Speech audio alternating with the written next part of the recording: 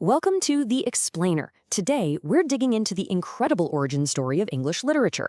And believe me, it's a tale forged in the fires of invasion, whispered in mead halls, long, long before any books were ever written. I mean, we all know Shakespeare, right? But the thing is, his genius didn't just pop up out of nowhere. To really get where his language came from, we've got to journey way back to a time of migrations, monsters, and a language that was literally fighting for its life. So, our story, it doesn't start in some quiet, dusty library. No, it starts on the shores of Britain more than 1,500 years ago. This is a time when the whole idea of England was just beginning to form. And you can see their journey right here.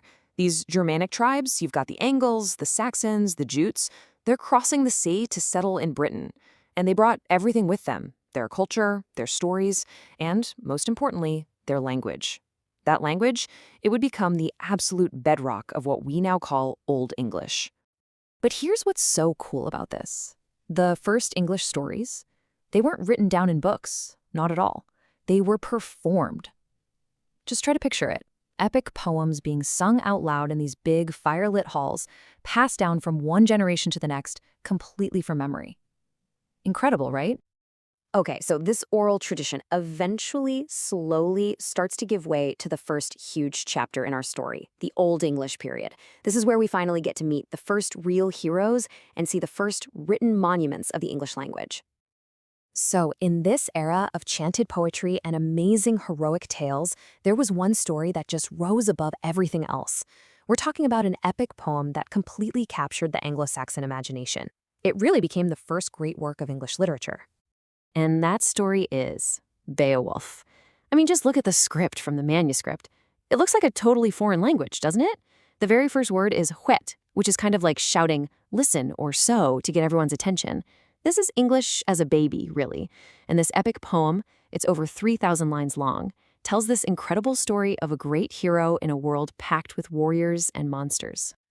And the story has all the ingredients of a modern blockbuster, seriously. You've got the mighty hero, Beowulf, who sails to Denmark to take down this terrifying monster Grendel. Then, years later when he's king, he has to face his final test, a huge, fearsome dragon. It's this foundational tale of courage and fate, and yeah, it's pretty much considered England's national epic.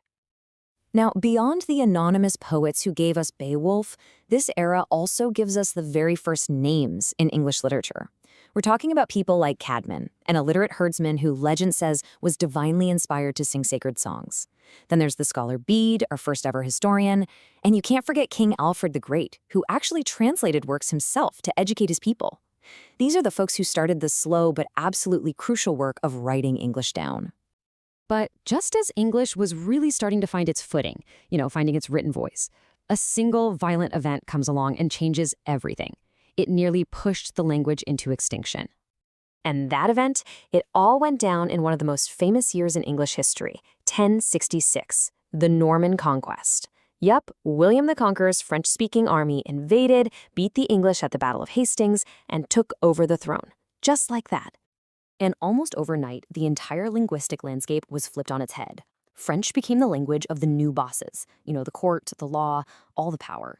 And English, the language of the conquered people, it got pushed to the sidelines, suddenly seen as this crude common tongue. For the next 300 years, these two languages lived side by side, and slowly, they started to, mix. English soaked up thousands of French words for things like government, law, and even food. And that fusion, that created the next stage of the language, Middle English. So for nearly 3 centuries, English was the underdog. Sure, people spoke it, but it got zero respect in the halls of power. That is, until one man came along and basically single-handedly kicked off an English literary revolution. And that man was Geoffrey Chaucer. He was, honestly, the perfect person for the job. He wasn't just some poet scribbling away in a corner. Nope, he was a courtier, a diplomat, a guy who moved in the highest circles. He was totally fluent in the fancy languages, Latin and French, but he made a choice that was, truly revolutionary. What did he do? He chose to write his masterpieces, not in the high and mighty language of the court, but in the everyday English spoken by ordinary people. That one decision, that's what earned him the title Father of English Literature. Why? Because he proved once and for all that the language of the common folk was every bit as capable of creating world-class art.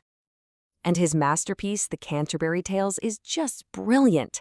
It's this vibrant collection of stories told by a wonderfully diverse group of pilgrims on their way to Canterbury.